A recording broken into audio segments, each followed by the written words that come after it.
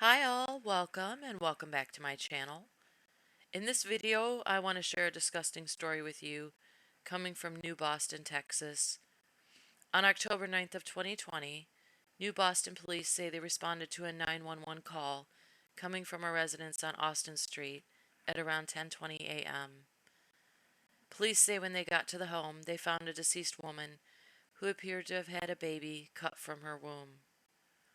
As of the date of this video, October 10th of 2020, police have not released much information about this case, but it's only been one day since this tragedy occurred, so I completely expect more information to be released as the investigation continues.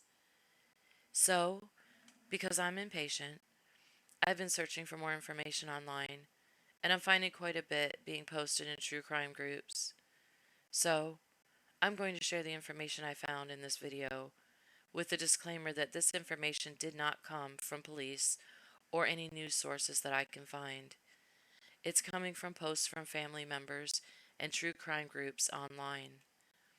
An excellent source that I found for this story is truecrimesociety.com. On their page, they claim the victim is 22-year-old Reagan Hancock and the alleged suspect is a woman by the name of Taylor Morton. Links to the Facebook pages for both the alleged suspect and the victim can be found on their page. Now, I'm piecing this story together, so bear with me. According to the Texarkana Gazette, pregnant Reagan Hancock died after her unborn child was forcibly cut from her womb. According to this source, Reagan was approximately 7.5 months pregnant. Information that I'm getting from True Crime Society's Facebook page states that Reagan and Taylor were friends. Now, much of the information that I'm about to share is coming from the discussion group on True Crime's page. Apparently, Taylor had previously had a hysterectomy, therefore making it impossible for her to get pregnant. But, from what I've read, she decided to fake a pregnancy with her boyfriend anyway. I was able to confirm that she claimed that she was pregnant from a post she made looking for used baby items dated August 2nd of 2020. She claimed in the post that she was looking for baby girl items, but that she didn't want to buy them new since this would be her last baby. So, she's faking a pregnancy, but she's looking to buy baby items. Sounds to me like she plans on obtaining a baby somehow as of August 2nd. According to a very sad post made on social media about Reagan Hancock's baby shower after she was found deceased, Reagan knew she was having a girl. The post read simply, "Our beautiful girls have been ripped from us by pure evil. There will be no shower." There will be no shower because after Reagan's precious little baby was cut from and removed from her womb, she didn't survive either. According to authorities, after Taylor allegedly killed Reagan and stole her baby, she fled to the state of Oklahoma, where she noticed the baby stopped breathing, so she took her to a hospital. Police in Idabel, Oklahoma, say the suspect showed up at a hospital in Idabel with the fetus, and the baby later died. Hospital personnel realized that Taylor did not give birth to the child and contacted police. She was later arrested and charged with the kidnapping and murder of an unborn child. Police say more charges are expected to be brought against her as the case unfolds. Now, you may be wondering how in the world she faked a pregnancy to her boyfriend. That I can't answer for you, but women do it all the time. I've read conflicting posts about whether he knew she was pregnant or not, but word on the street right now is that he knew she was faking it and he helped her steal Reagan's baby. People are posting messages from someone who claims to be a friend of her boyfriend's, who says that he claimed to have held Reagan down as Taylor cut the child from her body. According to Reagan's Facebook page, she also has a 3-year-old daughter who, according to another family member, was asleep in her bed at the time of the incident. God, I hope she didn't hear what happened, but I don't know how she wouldn't have. Also, from what I've read so far, Reagan's mother was the one who found her and called 911. If I found my child like that, you might as well put me in a straitjacket and write me off because it would be over for me. A Facebook post made by a woman who appears to be Reagan's grandmother read, "Please pray for our family. Our precious granddaughter and soon to be second great granddaughter were taken from us this morning by a monster who murdered her while her 3-year-old was asleep in her bed. There are no words." News reports say that multiple law enforcement agencies are working on this case as it took place in 2 different states. Also, Taylor apparently said she was scheduled to have her labor induced on the day that she stole Reagan's baby, but a bomb threat was conveniently called into the hospital that day, so all appointments were canceled. People posting online are saying that police are looking into the threat to see if it is at all connected to Taylor in this case.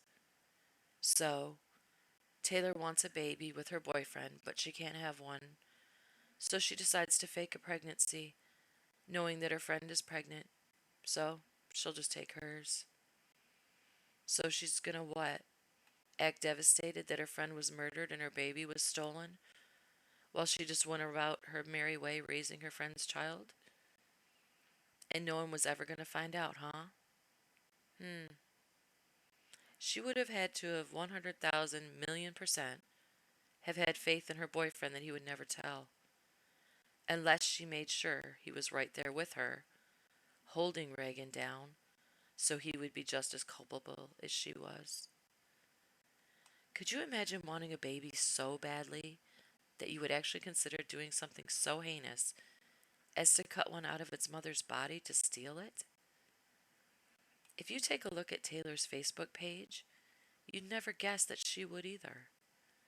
She seems very normal, typical, hardworking, nice person, nothing odd or strange about her, and then this.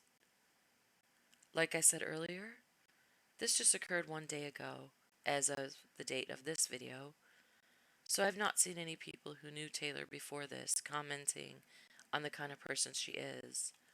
But I suspect when I do, it'll be the same old, same old.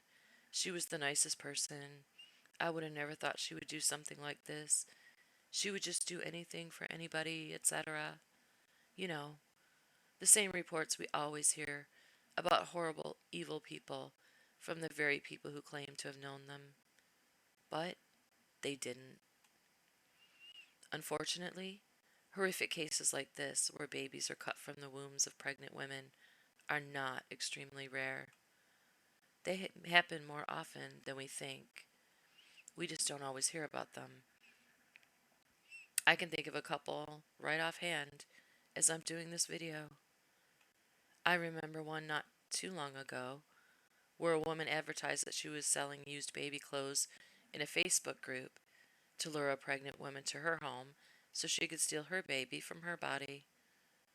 Women, please be so very careful during your pregnancies. You don't know who's watching you and may be planning to lure you somewhere for the same reason. I'm not trying to scare you, but I'm trying to scare you. Don't think it can't happen to you. And to make you want to click off this video even more, a couple of the cases where pregnant women had their babies stolen, they were stolen by the woman's friend.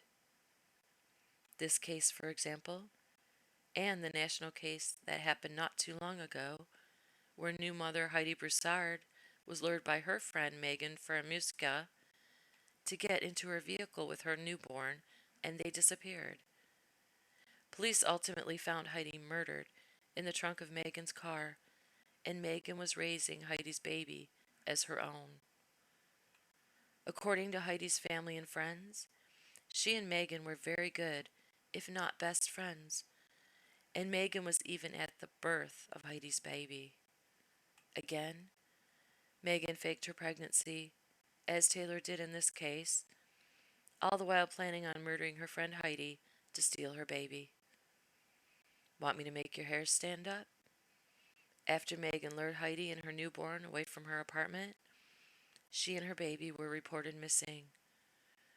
All of Heidi's friends and family were very concerned for their safety, and they all stayed in touch to share information as police searched for them. Because everybody thought Magen gave birth right around the same time as Heidi, when they were on the phone with her, they said they heard a baby fussing and crying in the background. The whole time they were searching for Heidi, they were listening to Heidi's baby while they were on the phone with Magen.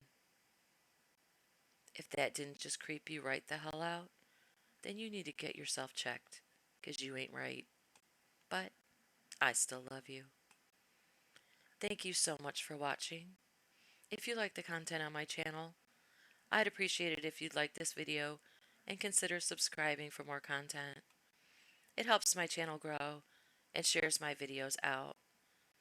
Stay safe out there, and I'll see you on my next video.